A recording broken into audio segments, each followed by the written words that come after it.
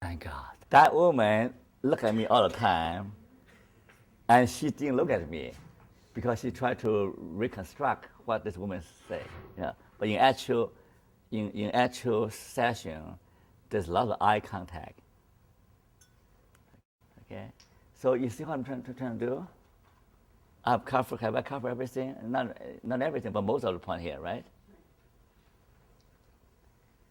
So it's actually the whole point. The whole point is instead of focusing on so many small problems, if you can focus on the essence of a person, because meaning management is actually how to manage your life, how to manage the uniquely human aspect of your life, which are meaning making, meaning seeking, meaning reconstruction, setting goals, and trying to make something of your life within the confines of birth and death, and within the constraints of suffering and the setbacks and difficulties. The challenge is that how to make the most of your life. So the most powerful thing about the meaning approach is that you cannot change the past, you cannot change life events, but you can always transform your past. You can always transform events through meaning reconstruction. So that is a very powerful tool. It's much more powerful than cognitive reframing.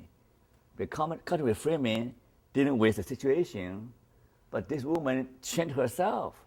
When you change yourself, change your worldview, change your view about life, everything changes. You don't have to cognitive reframing about every little thing, but you're able to have a more positive worldview about yourself, about life, about future. Then you will react to reality through different lenses, right? Through different lenses. That is much more pervasive. That's why it's about short-term therapy. And nothing is faster than getting to the bottom of the issue, that's the person, the personhood. And another thing I want to get people to change their paradigm is to switch away from skill preoccupation to personhood. The messenger is the message. The therapist is the therapy. That you have to be a healer in order to provide healing. You have to be a healer. Not just like money-making machine, provide some skill. I mean, you have to be. There's something about a healer that the person has compassion, has empathy, has some life energy to give to other people, to give of yourself, and then healer have to cultivate and develop. So in terms of orientation, it's a very different approach. That focus away from the skill thing to cultivating the healer. That you have to be a healer in order to be effective. Yes, John.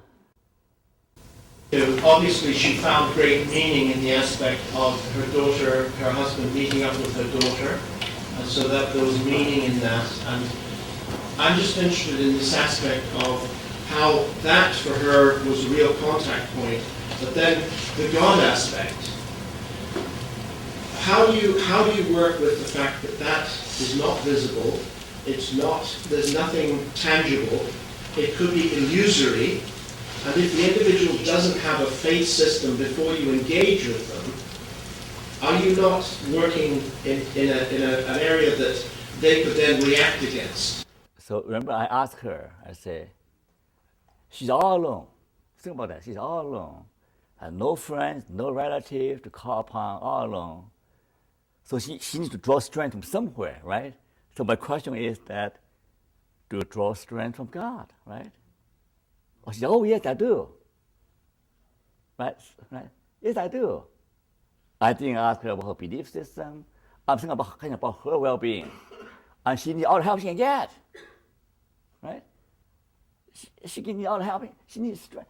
She said that God is source of my comfort. And she prayed a lot. So that is it.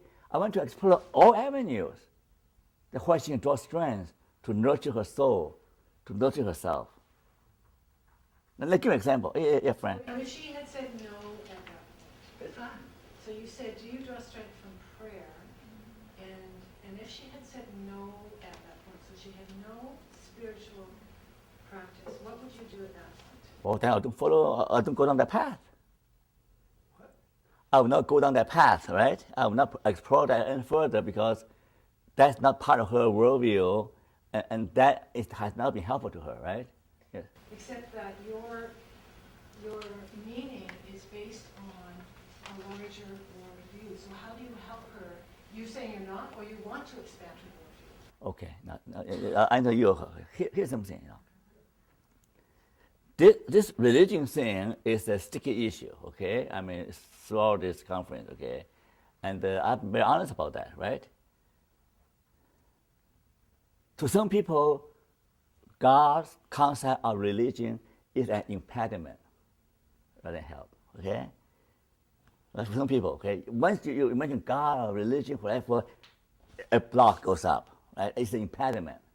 So if in her worldview, there's no God, no religion, I'm not going to, right? I'm not going to pursue that. Now the question is that, can she expand herself? Can she expand her life? Sure, she can. Remember about the spiral? You can go all the way up, but if you just stop, say, my worldview consists of this environment, this humanity, or animals. My worldview only consists of material things that I can experience with my senses.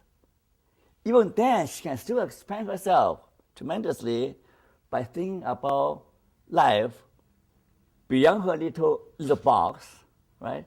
She talked about she wants to help other people. She wants to create something beautiful with painting or writing, whatever. She can still expand herself. She can still discover and create meaning. Let me give an example about religious coping, okay? The conference starts on Friday. On Thursday, I have to get everything ready. So on Wednesday, I asked my friend, Big Jeff, he's very helpful. I said, well, send me some pictures. I said, send me some pictures so that I can incorporate into my PowerPoint presentation to make it more lively. So good old Jeff, he get on the mat and form me some lovely pictures, and send me a collage of pictures. Guess what happened? I tried to open his file, and my computer crashed. It overwhelmed my own. I still have a Windows 98. The old computer. My computer crashed. So usually when a computer crashes, I reboot it, restart. I do it 5 times. Every time this error card smashed in my face, the error card. Okay? So usually I just close it, but this time when I close it, it gets stuck on the window. If it go away, then I can't do anything. So as if there's a ghost in the machine that behave randomly, there's nothing I can do about it. So I tried 5 times, so I have to get, if I don't get my PowerPoint ready, I can't talk, right? I can, but So I said, thanks, Jeff, So I was struggling, trying to get it working for hours. I said, you know what I did? I blamed the devil. I said, the devil didn't want me to have this conference. The devil doesn't want me to present my message because I have a positive message, and the devil doesn't like that. So I said, pray God, defeat the devil.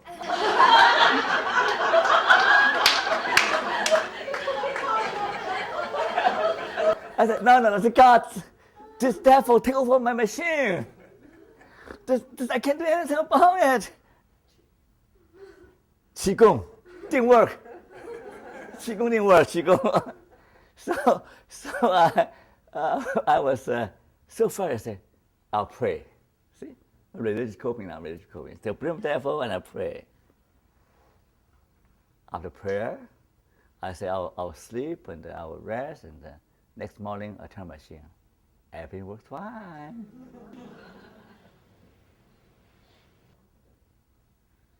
Thank God.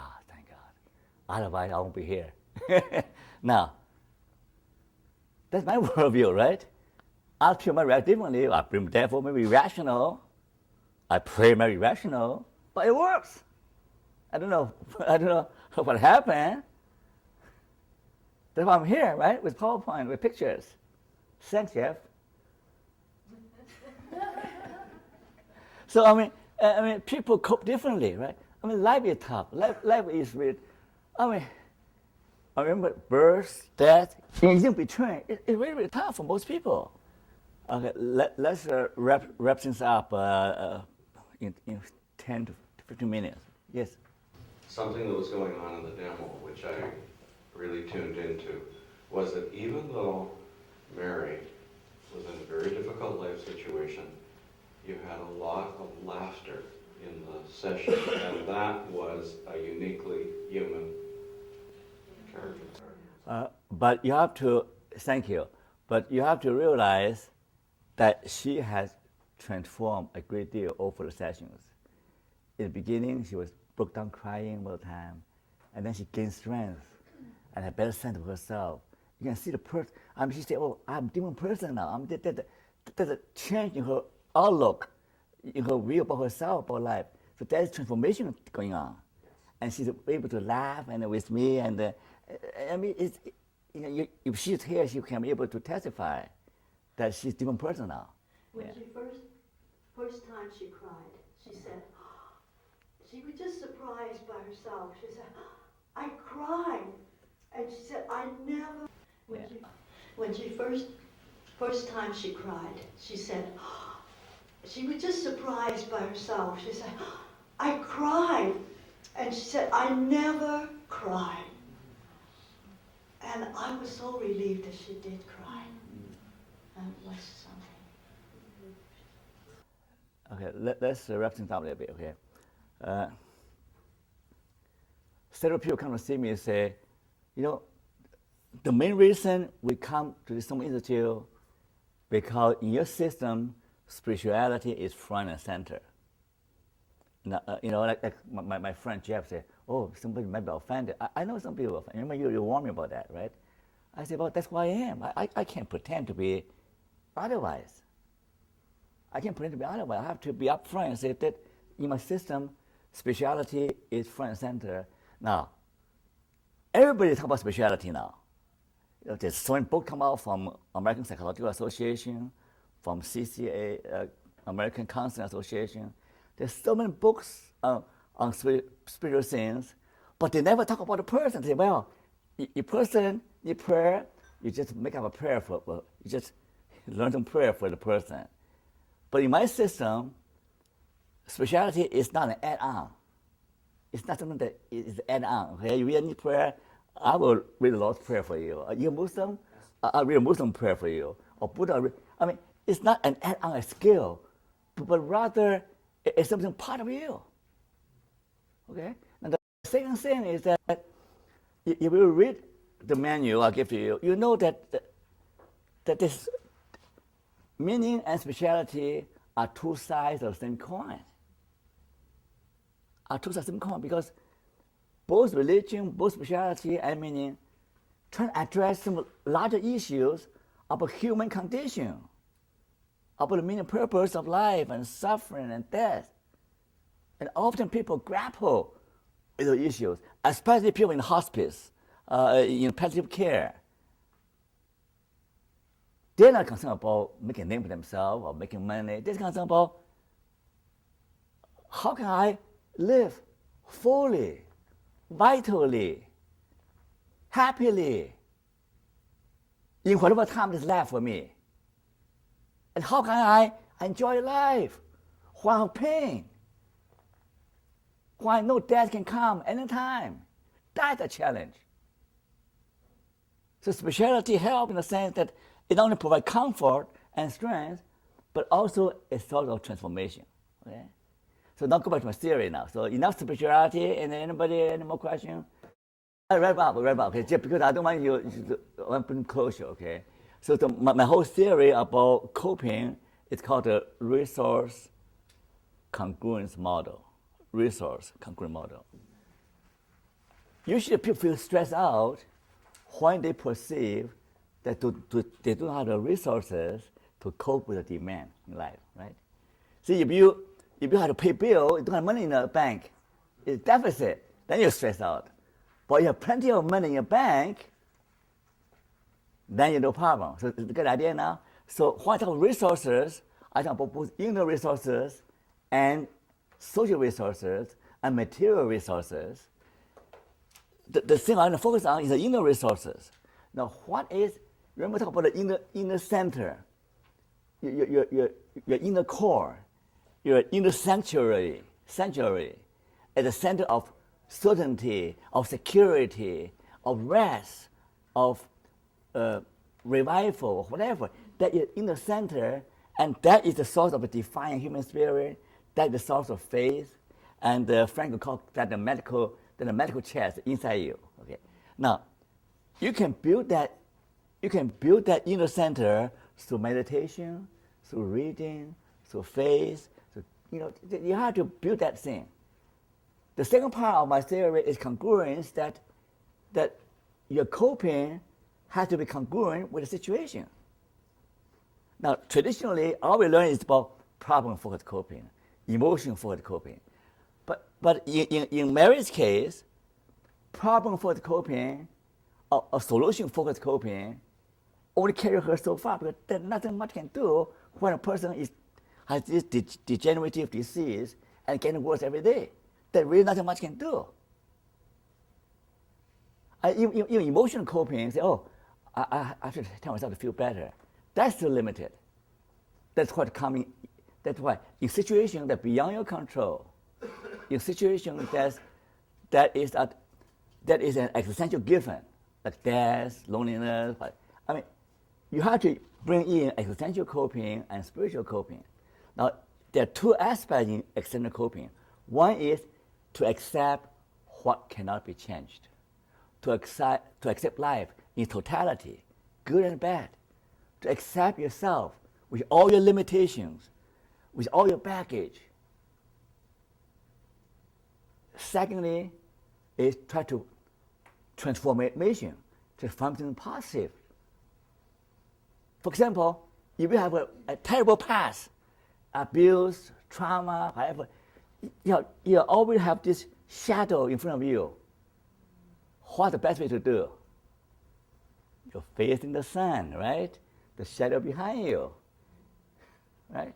That's a simple demonstration. The best way to put a shadow behind you is what? Turn around, walking toward the sun, facing the light. Some positive, some benefits, some purpose, some positive meaning in the situation that you can learn from your past. You can learn wisdom from the suffering, from the abuse, and then move on to help other people. Once you turn around, the shadow is behind you,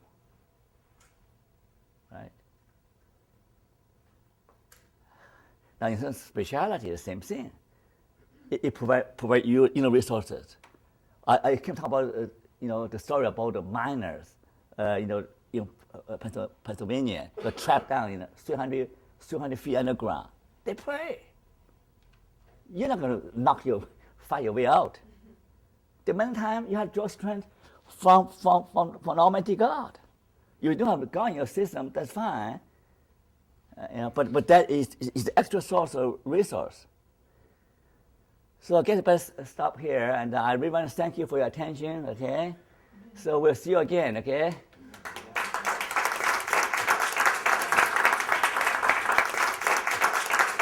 Thank you.